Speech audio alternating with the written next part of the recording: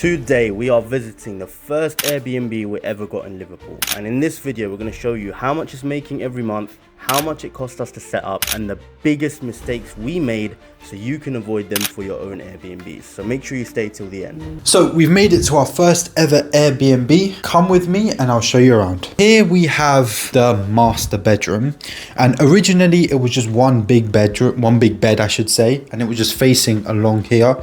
But as you can see from the videos, we had to disassemble it, break it apart, and then put in these divan beds. Light on, thank you. And yeah, as you can see, if you come along here, you can see that these are divan beds or divan beds. Zip-link beds. Zip-link, what are they called?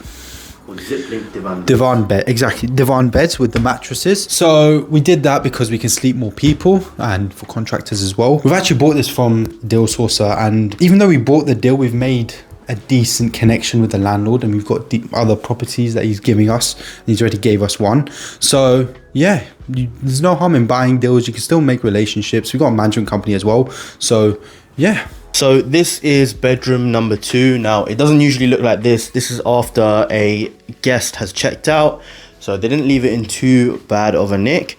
But yeah, like Faz said, we bought this from a Deal Sourcer, and to be honest, it worked out quite well because we're getting a lot of contractor bookings.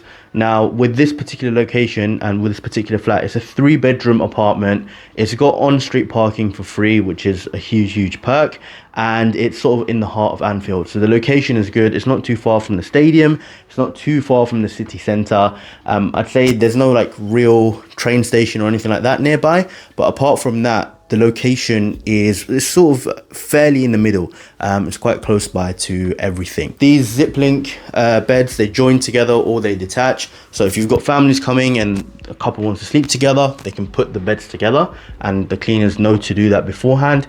Or if it's contractors, which is what we aim for, then they can pull the beds apart, because I don't think they like sharing beds. On to the kitchen. So when we got this property, most of the kitchen was sort of fully decked out. The only thing that we bought was that toaster over there.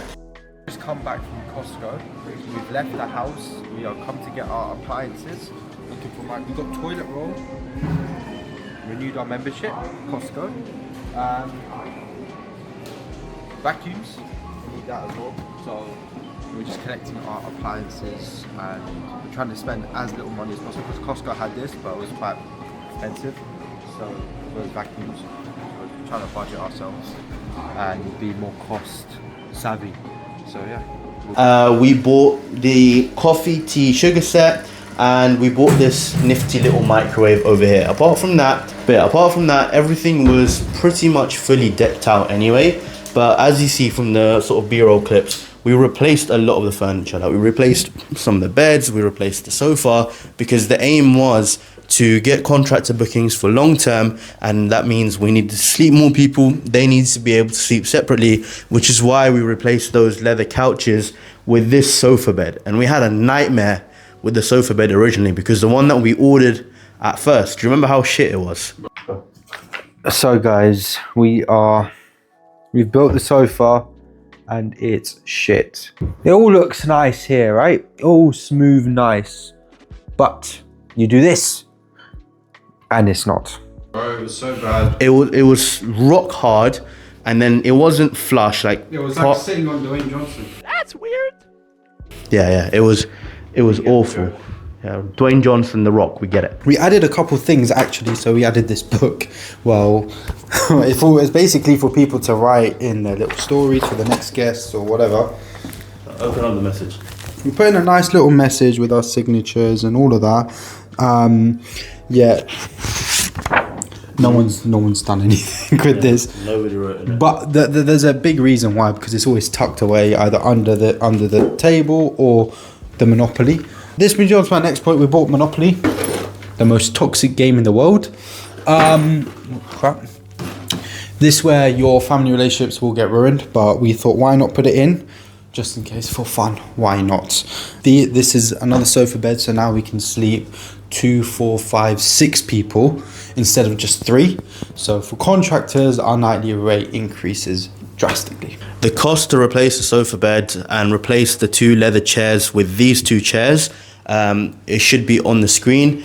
This was already here. We kept it because, you know what, it looks quite cool. It didn't need to be replaced. And to be honest, this was our first ever one. So we did kind of go a bit over budget, but I think I think it's turned out all right. But it literally took us 3 or 4 days. Even though it was fully furnished, it still took us 3 days to stage it and get ready. But the biggest issue that we had is that we did not know where to dispose of the current furniture. We put all of the listings on Gumtree, eBay and whatnot last night. Let's take a look and see if any responses came in. I highly doubt it. Okay, we got 13 ad views, 0 responses. Okay, apparently 0 views and 0 watches. We got no responses from our listings on eBay, Facebook Marketplace. So now we have to resort to putting all this in that room. But this bed splits in half. Yeah. So it makes it a lot easier. So we're going to use this as the assembling line space. Gonna build the first bed in here.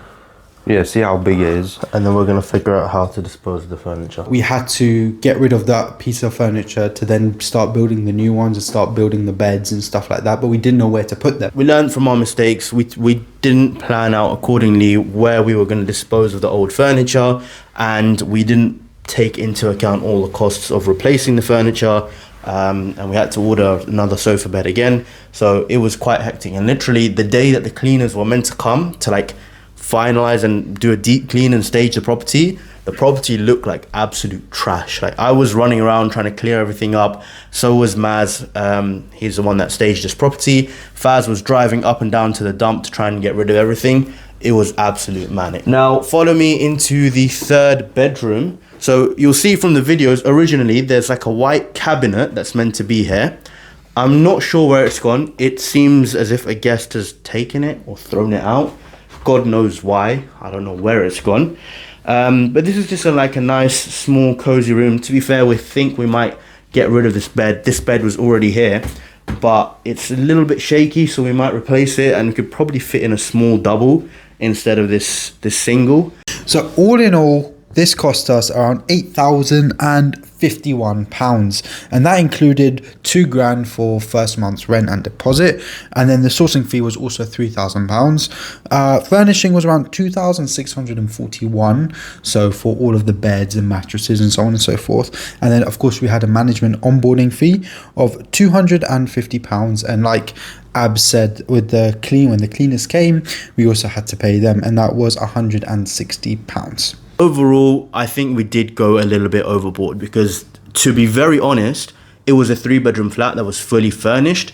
In hindsight, I think we would, in hindsight for our other properties, what we did differently is basically just prepare and order more things online than going into Asda, going into Tesco and B&M, etc. So just shopping around a lot more to look for cheaper alternatives. That would have saved us a lot more money. The beds and the sofa bed, I really don't think we could have saved money on because we already got a good price. Maybe just listing them earlier to try and get them sold earlier.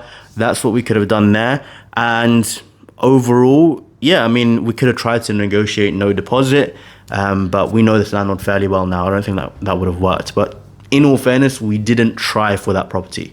We've tried for another property and he will not have it. But you never know. Always take that shot. And yeah, thank you for watching. Make sure you like, comment, subscribe. See you in the next video.